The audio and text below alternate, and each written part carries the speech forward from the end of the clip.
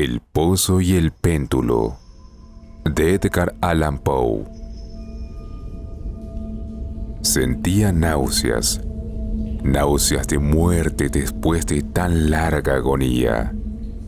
Y cuando por fin me desataron y me permitieron sentarme, comprendí que mis sentidos me abandonaban. La sentencia, la atroz sentencia de muerte, fue el último sonido reconocible que registraron mis oídos. Después, el murmullo de las voces de los inquisidores pareció fundirse en un sonoliento zumbido indeterminado que trajo a mi mente la idea de revolución. Tal vez porque imaginativamente lo confundía con el ronroneo de una rueda de molino. Esto duró muy poco, pues pronto cesé de oír, pero al mismo tiempo pude ver, aunque con terrible exageración. Vi los labios de los jueces togados de negro. Me parecieron blancos, más blancos que la hoja sobre la cual trazo estas palabras, y finos hasta lo grotesco, finos por la intensidad de su expresión de firmeza, de inmutable resolución, de absoluto desprecio hacia la tortura humana. Vi que los decretos de lo que para mí era el destino brotaba todavía de aquellos labios. Los vi torcerse mientras pronunciaban una frase letal. Los vi formar las sílabas de mi nombre y me estremecí porque ningún sonido llegaba hasta mí. Y en aquellos momentos de horror delirante, vi también oscilar imperceptible y suavemente las negras colgaduras que ocultaban los muros de la estancia. Entonces, mi visión recayó en las 7 altas bujías de la mesa. Al principio me parecieron símbolos de caridad, como blancos y esbeltos ángeles que me salvarían. Pero entonces, bruscamente, una espantosa náusea invadió mi espíritu y sentí que todas mis fibras se estremecían como si hubiera tocado los hilos de una batería galvánica, mientras las formas angélicas se convertían en hueros espectros de cabezas llameantes, y comprendí que ninguna ayuda me vendría de ellos. Como una profunda nota musical, penetró en mi fantasía la noción de que la tumba debía ser el lugar del más dulce descanso. Y el pensamiento vino poco a poco y sigiloso, de modo que pasó un tiempo antes de poder apreciarlo plenamente. Pero en el momento en que mi espíritu llegaba por fin a abrigarlo, las figuras de los jueces se desvanecieron como por arte de magia. Las altas bujías se hundieron en la nada, mientras sus llamas desaparecían, y me envolvió la más negra de las tinieblas. Todas mis sensaciones fueron tragadas por el torbellino de una caída profunda, como la del alma en el Hades. Y luego el universo no fue más que silencio, calma y noche. Me había desmayado, pero no puedo afirmar que hubiera perdido completamente la conciencia. No trataré de definir lo que me quedaba de ella, y menos describirla, pero no la había perdido por completo. En el más profundo sopor, en el delirio, en el desmayo, hasta la muerte, hasta la misma tumba, no todo se pierde. O bien, no existe la inmortalidad para el hombre. Cuando surgimos del más profundo de los sopores, rompemos la tela sutil de algún sueño. Y sin embargo, un poco más tarde, tan frágil como puede haber sido aquella tela, no nos acordamos de haber soñado. Cuando volvemos a la vida después de un desmayo, pasamos por 2 momentos. Primero, el del sentimiento de la existencia mental o espiritual. Segundo, el de la existencia física. Es probable que si al llegar al segundo momento pudiéramos recordar las impresiones del primero, estas contendrían multitud de recuerdos del abismo que se abre más atrás. ¿Y ese abismo qué es? ¿Cómo por lo menos distinguir sus sombras de la tumba? Pero si las impresiones de lo que he llamado el primer momento no pueden ser recordadas por un acto de voluntad, ¿no se presentan inesperadamente después de un largo intervalo mientras nos maravillamos preguntándonos de dónde proceden? Aquel que nunca se ha desmayado no descubriría extraños palacios y caras fantásticamente familiares de las brasas del carbón. No contemplará, flotando en el aire, las melancólicas visiones que la mayoría no es capaz de ver. No meditará mientras respira el perfume de una nueva flor. No sentirá exaltarse su mente ante el sentido de una cadencia musical que jamás había llamado antes su atención. Entre frecuentes y reflexivos esfuerzos para recordar, entre acendradas luchas para apresar algún vestigio de ese estado de aparente aniquilación en el cual se había hundido mi alma, había habido momentos en que he vislumbrado el triunfo. Brevísimos periodos en que pude evocar recuerdos que, a la luz de mi lucidez posterior, solo podían referirse a aquel momento de aparente inconsciencia. Esas sombras de recuerdo me muestran borrosamente altas siluetas que me alzaron y me llevaron en silencio, descendiendo, siempre descendiendo, hasta que un horrible mareo me oprimió a la sola idea de lo interminable de ese descenso. También evocan el vago horror que sentía mi corazón, precisamente a causa de la monstruosa calma que me invadía. Viene luego una sensación de súbita inmovilidad que invade todas las cosas, como si aquellos que me llevaban, atroz cortejo, hubieran superado en su descenso los límites de lo ilimitado y descansaran de la fatiga de su tarea.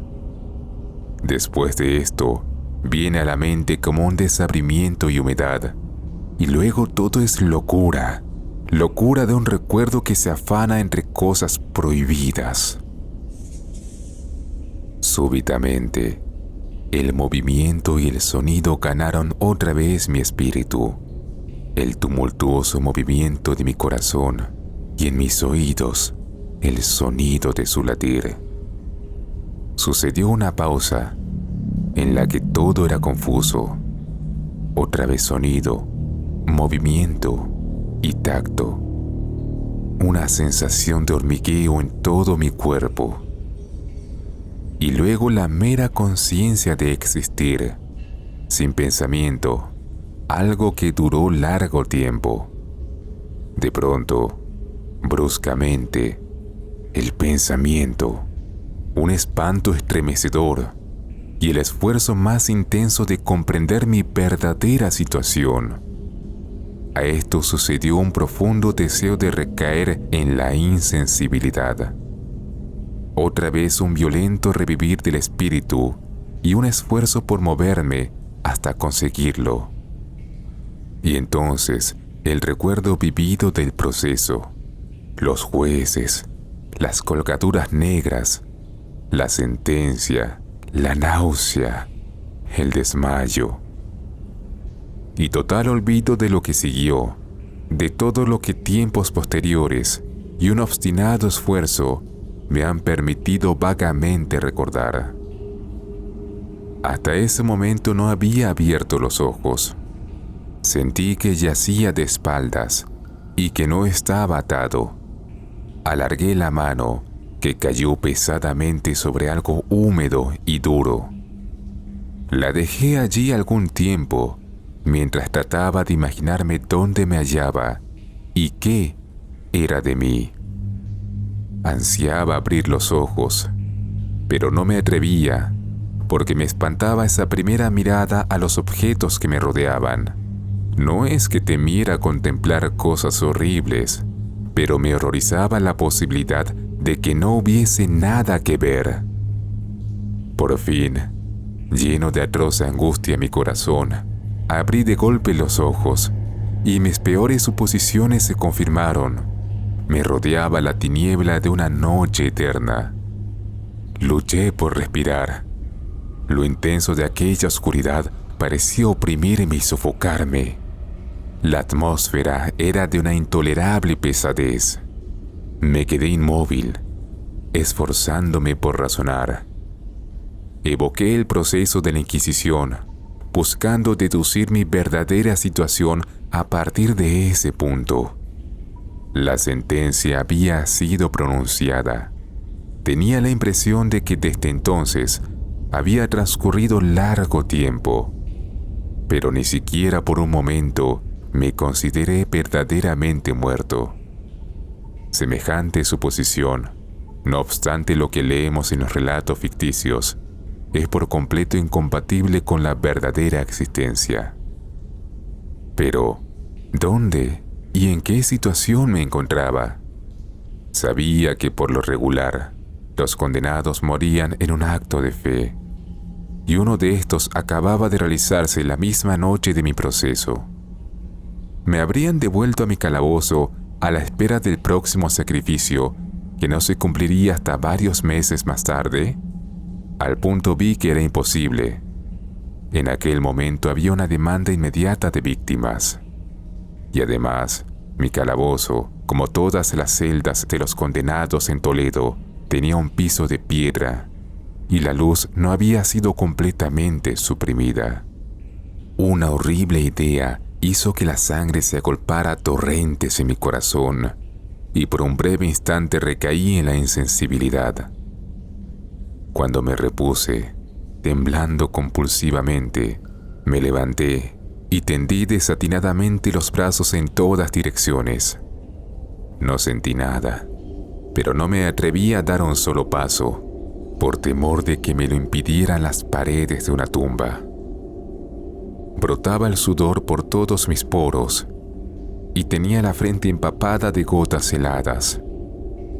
Pero la agonía de la incertidumbre terminó por volverse intolerable y cautelosamente me volví adelante, con los brazos tendidos.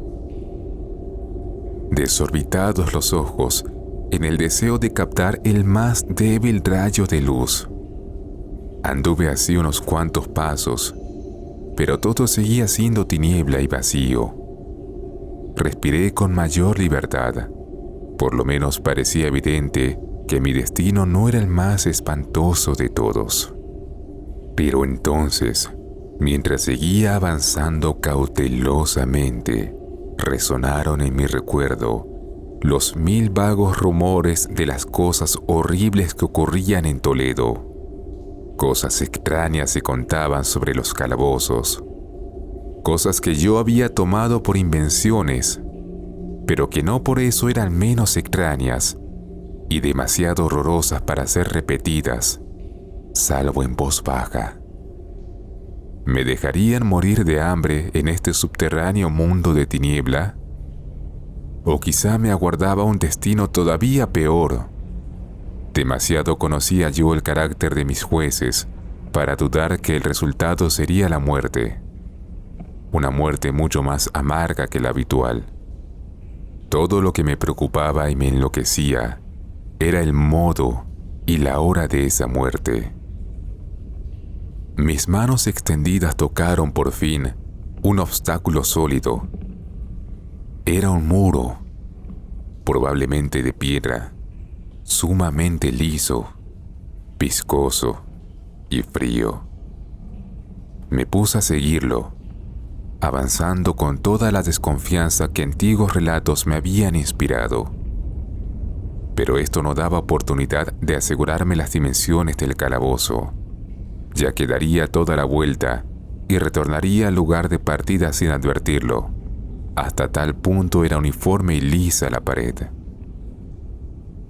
Busqué, pues, El cuchillo que llevaba conmigo cuando me condujeron a las cámaras inquisitoriales había desaparecido.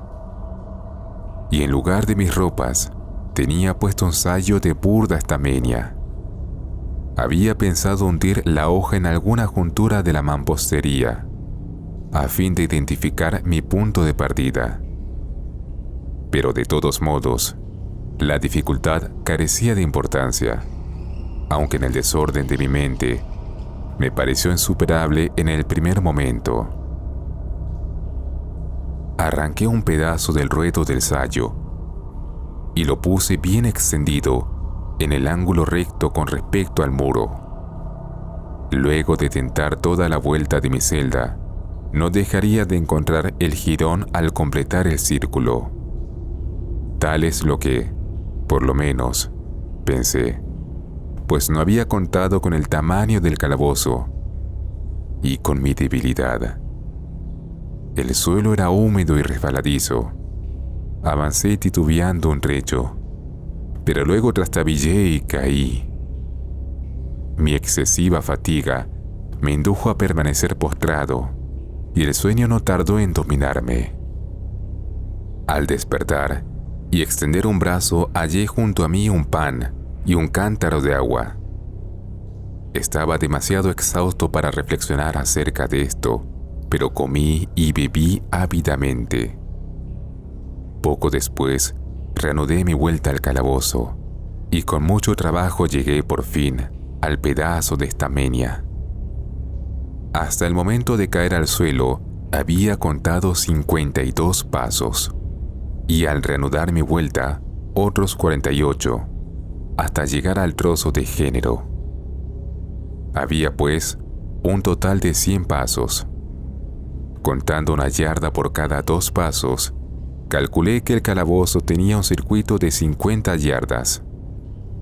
No obstante, había encontrado numerosos ángulos de pared, de modo que no podía hacerme una idea clara de la forma de la cripta, a la que llamo así, pues no podía impedirme pensar que lo era.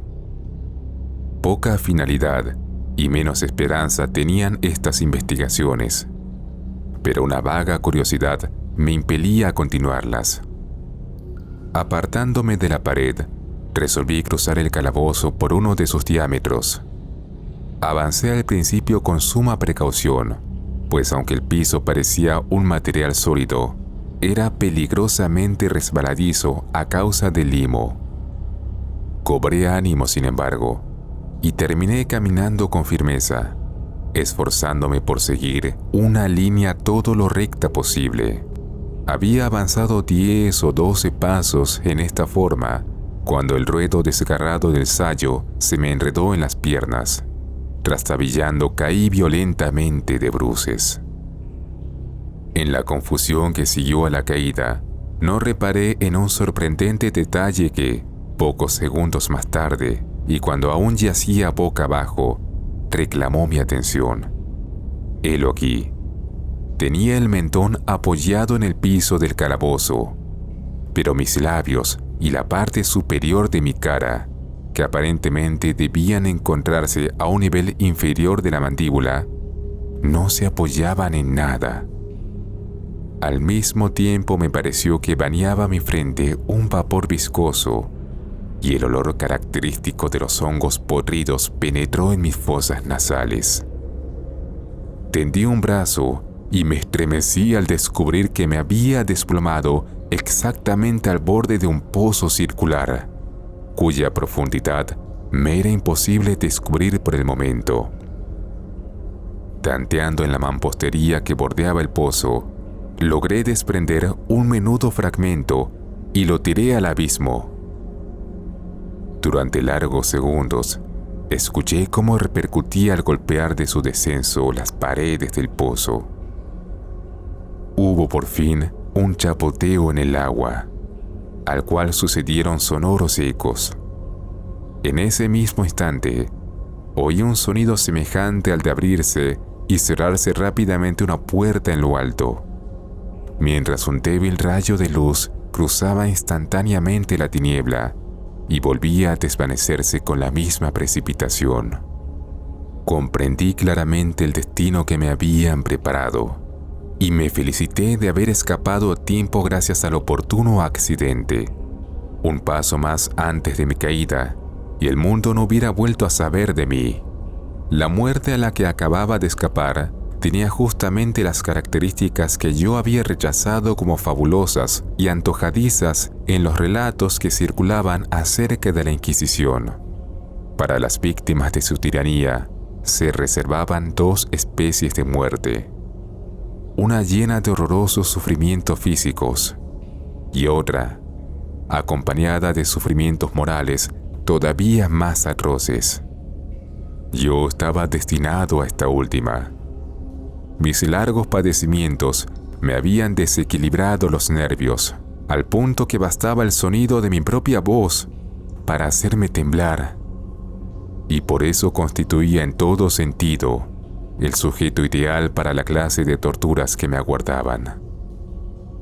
Estremeciéndome de pies a cabeza, me arrastré hasta volver a tocar la pared, resuelto a perecer allí antes que arriesgarme otra vez a los horrores de los pozos, ya que en mi imaginación concebía ahora más de uno, situados en distintos lugares del calabozo. De haber tenido otro estado de ánimo, tal vez me hubiera alcanzado el coraje para acabar de una vez con mis desgracias, precipitándome en uno de esos abismos.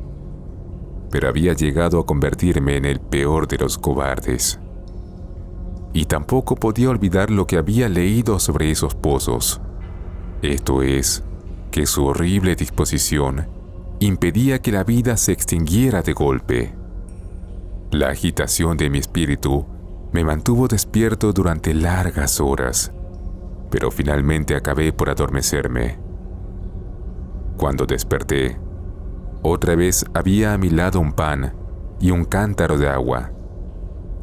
Me consumía una sed ardiente y de un solo trago vacié el jarro.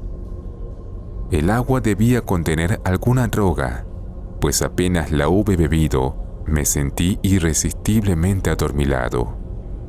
Un profundo sueño cayó sobre mí, un sueño como el de la muerte. No sé en verdad cuánto duró, pero cuando volví a abrir los ojos, los objetos que me rodeaban eran visibles. Gracias a un resplandor sulfuroso, cuyo origen me fue imposible determinar al principio, pude contemplar la extensión y el aspecto de mi cárcel. Mucho me había equivocado sobre su tamaño. El circuito completo de los muros no pasaba de unas 25 yardas. Durante unos minutos, esto me llenó de una vana preocupación. Vana, sí, pues nada podía tener menos importancia en las terribles circunstancias que me rodeaban que las simples dimensiones del calabozo. Pero mi espíritu se interesaba extrañamente en nimiedades y me esforcé por descubrir el error que había podido cometer en mis medidas. Por fin se me reveló la verdad. En la primera tentativa de exploración, había contado 52 pasos hasta el momento en que caí al suelo. Sin duda que en ese instante me encontraba a 1 o 2 pasos del jirón de Estamenia, es decir, había cumplido casi completamente la vuelta del calabozo. Al despertar de mi sueño, debí emprender el camino en dirección contraria, es decir, volviendo sobre mis pasos, y así fue como supuse que el circuito medía el doble de su verdadero tamaño. La confusión de mi mente me impidió reparar entonces que había empezado mi vuelta teniendo a la pared a la izquierda y que la terminé teniéndola a la derecha. También me había engañado sobre la forma del calabozo. Al tantear las paredes, había encontrado numerosos ángulos, deduciendo así que el lugar presentaba una gran irregularidad. Tan potente es el efecto de las tinieblas sobre alguien que despierta de una letargia o del sueño. Los ángulos no eran más que unas ligeras depresiones o entradas a diferentes intervalos. Mi prisión tenía forma cuadrada. Lo que había tomado por mampostería resultaba ser hierro o algún otro metal cuyas enormes planchas, al unirse y soldarse, ocasionaban las depresiones.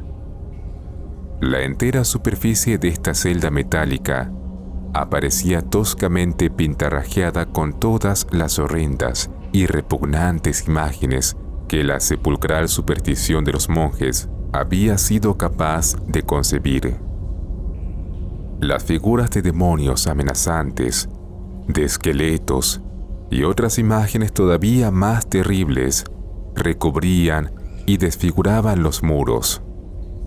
Reparé en que las siluetas de aquellas monstruosidades estaban bien delineadas, pero que los colores parecían borrosos y vagos, como si la humedad de la atmósfera los hubiera afectado.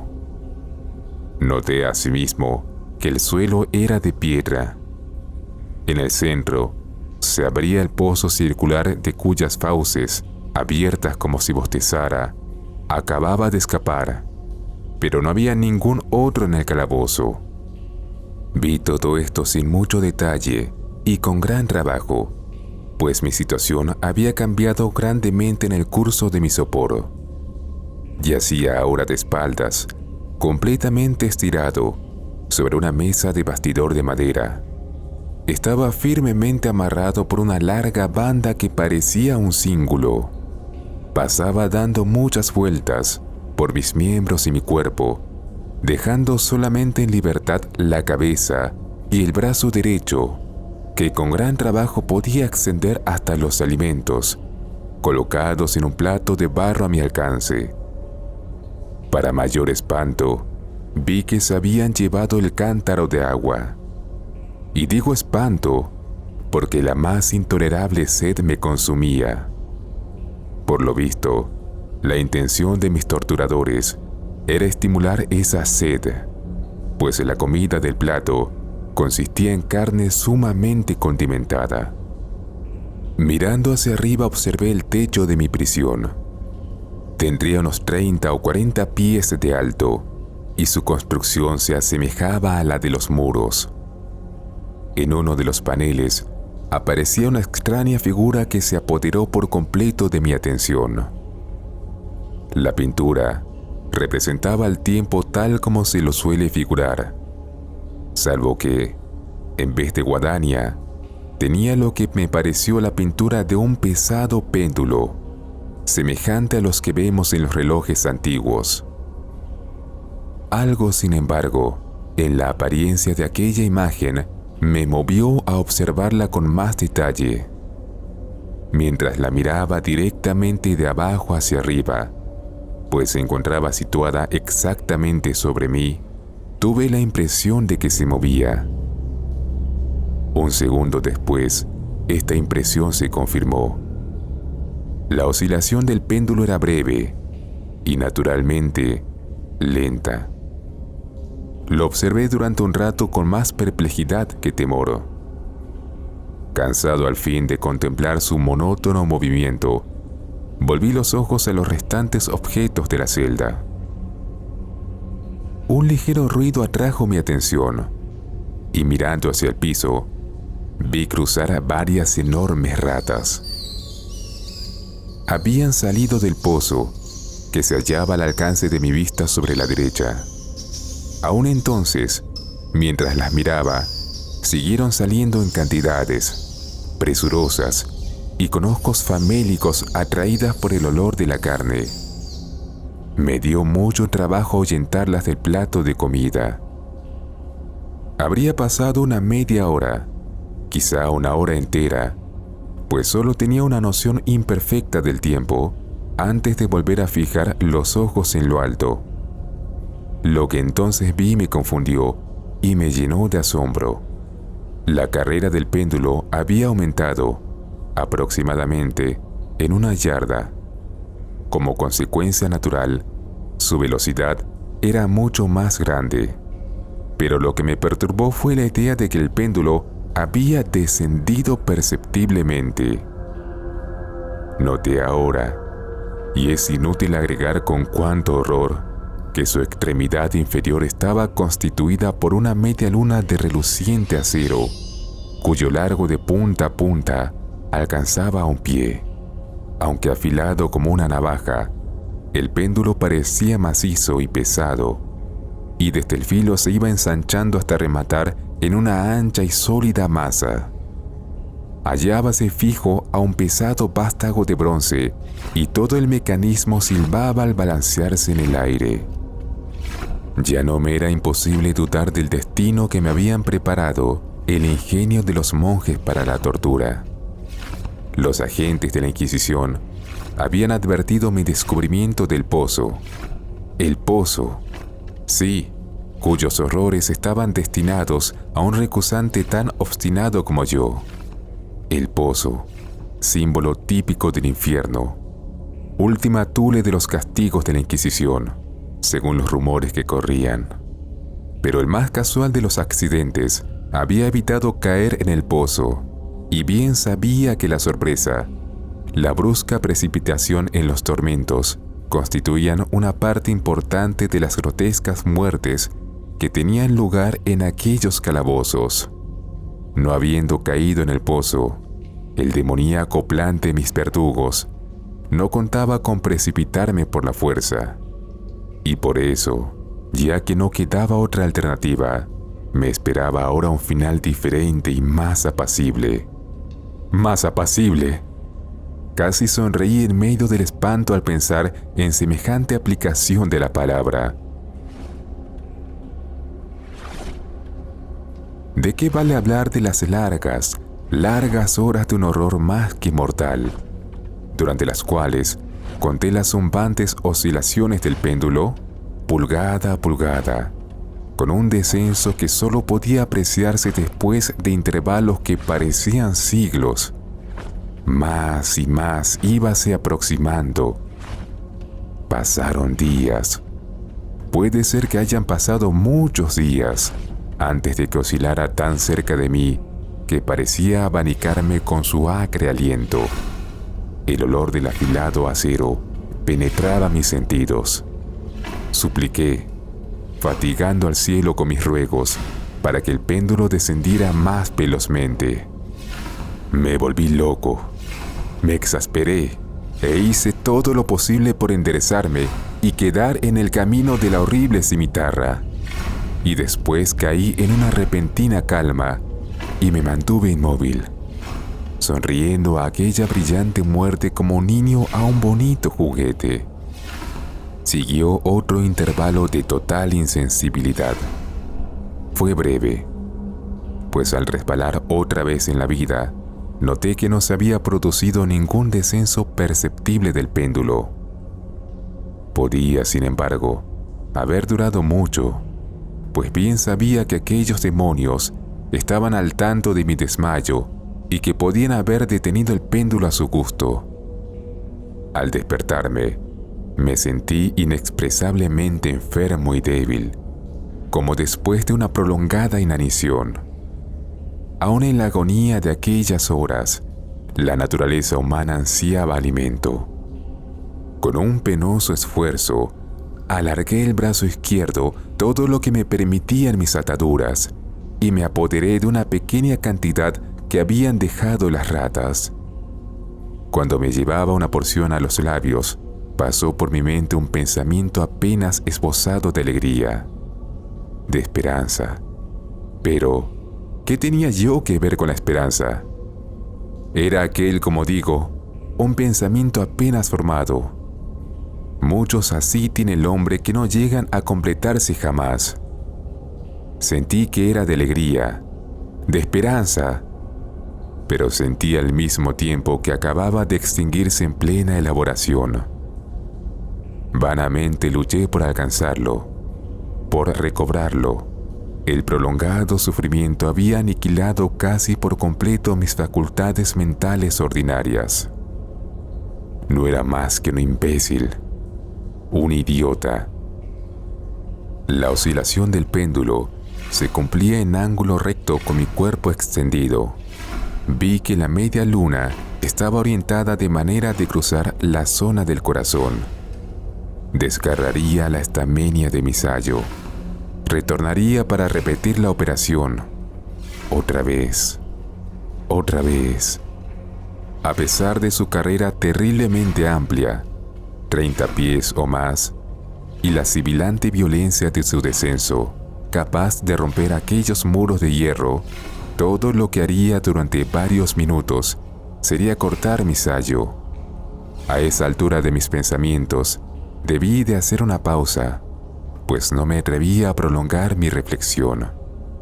Me mantuve en ella, pertinazmente fija la atención, como si al hacerlo pudiera detener en ese punto el descenso de la hoja de acero.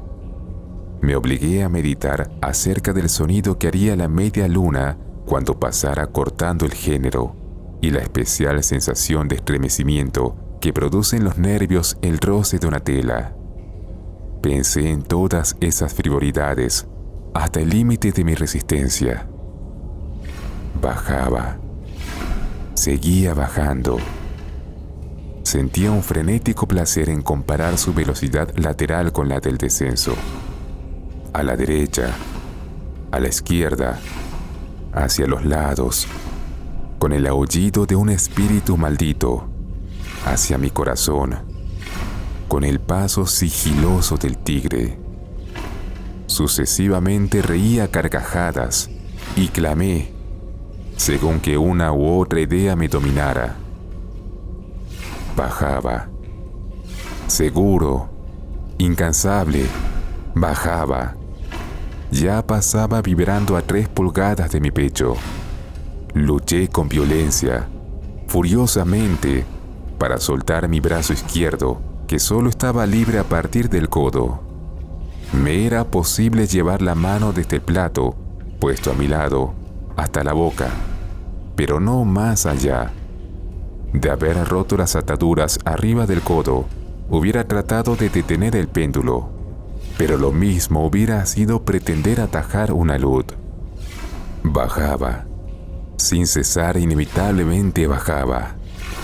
Luché, jadeando a cada oscilación. Me encogía convulsivamente a cada paso del péndulo. Mis ojos seguían su carrera hacia arriba o abajo, con la ansiedad de más inexpresable desesperación.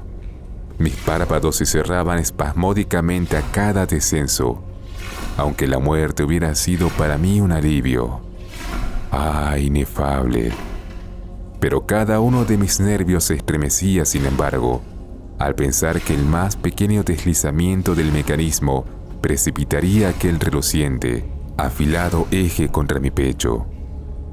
Era la esperanza la que hacía estremecer mis nervios y contraer mi cuerpo. Era la esperanza, esa esperanza que triunfa aún en el potro del suplicio, que susurra al oído de los condenados a muerte, hasta en los calabozos de la Inquisición. Vi que después de 10 o 12 oscilaciones, el acero se pondría en contacto con mi ropa. Y en el mismo momento en el que hice esa observación, invadió mi espíritu toda la penetrante calma concentrada de la desesperación. Por primera vez en muchas horas, quizá días, me puse a pensar. Acudió a mi mente la noción de que la banda o cíngulo que me ataba era de una sola pieza. Mis ligaduras no estaban constituidas por cuerdas separadas. El primer roce de la afiladísima media luna sobre cualquier porción de la banda bastaría para soltarla, y con ayuda de mi mano izquierda podría desatarme del todo. Pero, cuán terrible en ese caso la proximidad del acero, cuán letal el resultado de la más leve lucha. Y luego, ¿era verosímil que los esbirros del torturador no hubieran previsto y prevenido esa posibilidad? ¿Cabía pensar que la atadura cruzaría mi pecho en el justo lugar por donde pasaría el péndulo? Temeroso de descubrir que mi débil y, al parecer, postrera esperanza se frustraba, levanté la cabeza lo bastante para distinguir con claridad mi pecho. El cíngulo envolvía mis miembros y mi cuerpo en todas direcciones, salvo en el lugar por donde pasaría el péndulo. Apenas había dejado caer hacia atrás la cabeza cuando relampagueó en mi mente algo que solo puedo describir como la informe mitad de aquella idea de liberación a que he aludido previamente y de la cual solo una parte flotaba inciertamente en mi mente cuando llevé la comida a mis ardientes labios.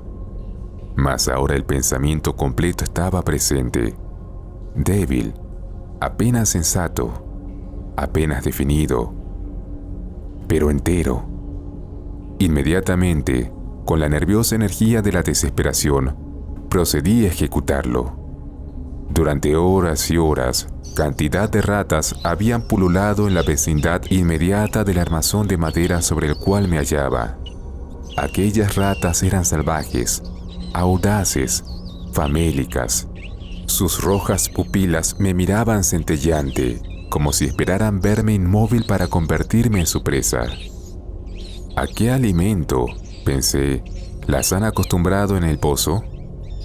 A pesar de todos mis esfuerzos por impedirlo, ya habían devorado el contenido del plato, salvo unas pocas sobras.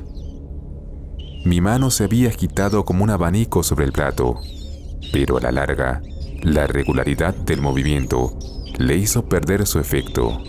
En su voracidad, las odiosas bestias me clavaban sus afiladas garras en los dedos.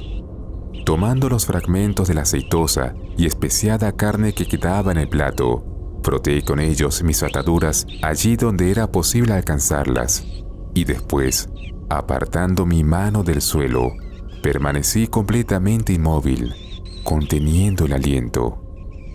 Los hambrientos animales se sintieron primeramente aterrados y sorprendidos por el cambio, la cesación de movimiento. Retrocedieron llenos de alarma y muchos se refugiaron en el pozo. Pero esto no duró más que un momento. No en vano había yo contado con su voracidad.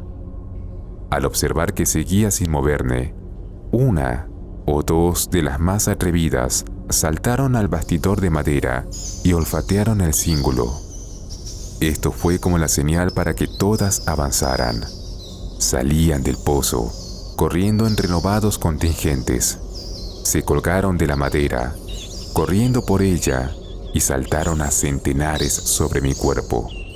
El acompasado movimiento del péndulo no las molestaba para nada. Evitando sus golpes, se precipitaban sobre las untadas ligaduras. Se apretaban, pululaban sobre mí en cantidades cada vez más grandes. Se retorcían cerca de mi garganta. Sus fríos hocicos buscaban mis labios. Yo me sentía ahogar bajo su creciente peso. Un asco para el cual no existe nombre en este mundo llenaba mi pecho y helaba con su espesa viscosidad mi corazón. Un minuto más, sin embargo, y la lucha terminaría. Con toda claridad percibí que las ataduras se aflojaban. Me di cuenta de que debían de estar rotas en más de una parte, pero con una resolución que excedía lo humano, me mantuve inmóvil. No había errado en mis cálculos, ni sufrido tanto en vano. Por fin, sentí que estaba libre. El cíngulo colgaba en tiras a los lados de mi cuerpo, pero ya el paso del péndulo alcanzaba mi pecho. Había dividido la estamenia de mi sayo y cortado ahora la tela de la camisa. 2 veces más pasó sobre mí y un agutísimo dolor recorrió mis nervios. Pero el momento de escapar había llegado. Apenas agité la mano, mis libertadoras huyeron en tumulto. Con un movimiento regular, cauteloso y encogiéndome todo lo posible, me deslicé lentamente fuera de mis ligaduras, más allá del alcance de la cimitarra. Por el momento al menos, estaba libre. Y en las garras de la Inquisición. Apenas me había apartado de aquel lecho de horror para ponerme de pie en el piso de piedra, cuando cesó el movimiento de la diabólica máquina, y la vi subir, movida por una fuerza invisible, hasta desaparecer más allá del techo. Aquello fue una lección que debí tomar desesperadamente a pecho. Indudablemente, espiaban cada uno de mis movimientos. Libre. Apenas se había escapado de la muerte bajo la forma de una tortura, para ser entregado a otra que sería peor aún que la misma muerte. Pensando en eso, pasé nerviosamente los ojos por las barreras de hierro que me encerraban. Algo insólito, un cambio que al principio no me fue posible apreciar claramente, se había producido en el calabozo. Durante largos minutos, sumido en una temblorosa y vaga abstracción, me perdí en vanas y desilvanadas conjeturas. En estos momentos pude advertir por primera vez el origen de la sulfurosa luz que iluminaba la celda. Procedía de una fisura de media pulgada de ancho que rodeaba por completo el calabozo al pie de las paredes, las cuales parecían, y en realidad estaban, completamente separadas del piso. A pesar de todos mis esfuerzos, me fue imposible ver nada a través de la abertura. Al ponerme otra vez de pie, comprendí de pronto el misterio del cambio que había advertido en la celda. Ya he dicho que, si bien las siluetas de las imágenes pintadas en los muros eran suficientemente claras, los colores parecían borrosos e indefinidos. Pero ahora esos colores habían tomado un brillo intenso y sorprendente que crecía más y daba a aquellas espectrales y diabólicas imágenes un aspecto que hubiera quebrantado nervios más resistentes que los míos. Ojos demoníacos de una salvaje y aterradora vida me contemplaban fijamente desde 1000 direcciones, donde ninguno había sido antes visible, y brillaban con el cardeneo resplandor de un fuego que mi imaginación no alcanzaba a concebir como irreal. Irreal. Al respirar, llegó a mis narices el olor característico del vapor que surgía del hierro recalentado. Aquel olor sofocante invadía más y más la celda. Los sangrientos horrores representados en las paredes empezaron a ponerse rojos. Yo jadeaba, tratando de respirar. Ya no me cabía duda sobre la intención de mis torturadores. Ah, los más implacables, los más demoníacos entre los hombres. Corrí hacia el centro de la celda, alejándome del metal ardiente, al encarar en mi pensamiento la horrible destrucción que me aguardaba. La idea de la frescura del pozo invadió mi alma como un bálsamo. Corrí hasta el borde mortal. Esforzándome, miré hacia abajo. El resplandor del ardiente techo iluminaba sus más recónditos huecos. Y sin embargo, durante un horrible instante, mi espíritu se negó a comprender el sentido de lo que veía. Pero al fin, ese sentido se abrió paso, avanzó poco a poco hasta mi alma, hasta arder y consumirse en mi estremecida razón. Oh, poder expresarlo. Oh, espanto. Todo menos eso.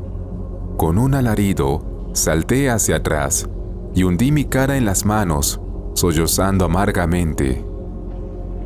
El calor crecía rápidamente y una vez más miré a lo alto, temblando como en un ataque de calentura. Un segundo cambio acababa de producirse en la celda, y esta vez el cambio tenía que ver con la forma. Al igual que antes, fue inútil que me esforzara por apreciar o entender inmediatamente lo que estaba ocurriendo. Pero mis dudas no duraron mucho. La venganza de la Inquisición se aceleraba después de mi doble escapatoria, y ya no habría más pérdida de tiempo por parte del Rey de los Espantos. Hasta entonces, mi celda había sido cuadrada. De pronto vi que 2 de sus ángulos de hierro se habían vuelto agudos, y los otros 2, por consiguiente, obtusos. La horrible diferencia se acentuaba rápidamente, con un resonar profundo y quejumbroso. En un instante, el calabozo cambió su forma por la de un rombo. Pero el cambio no se detuvo allí. y yo no esperaba ni deseaba que se detuviera. Podría haber pegado mi pecho a las rojas paredes, como si fueran vestiduras de eterna paz. «La muerte», clamé. «Cualquier muerte, menos la del pozo». Insensato. ¿Acaso no era evidente que aquellos hierros al rojo tenían por objeto precipitarme en el pozo? ¿Podría acaso resistir su fuego? Y si lo resistiera, ¿cómo oponerme a su presión?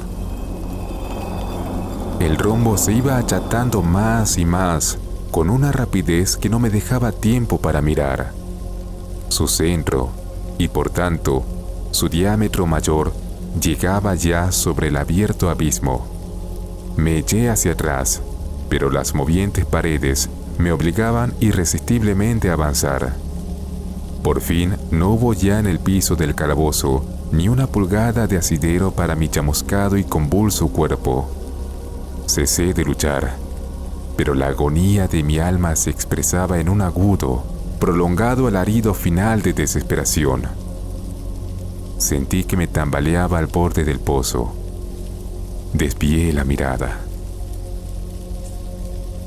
y oí un discordante clamoreo de voces humanas. Resonó poderoso un toque de trompetas. Escuché un áspero chirriar semejante al de 1000 truenos. Las terribles paredes retrocedieron. Una mano tendida sujetó mi brazo en el instante en que, desmayado, me precipitaba al abismo. Era la del general Lasalle. El ejército francés acababa de entrar en Toledo. La Inquisición estaba en poder de sus enemigos.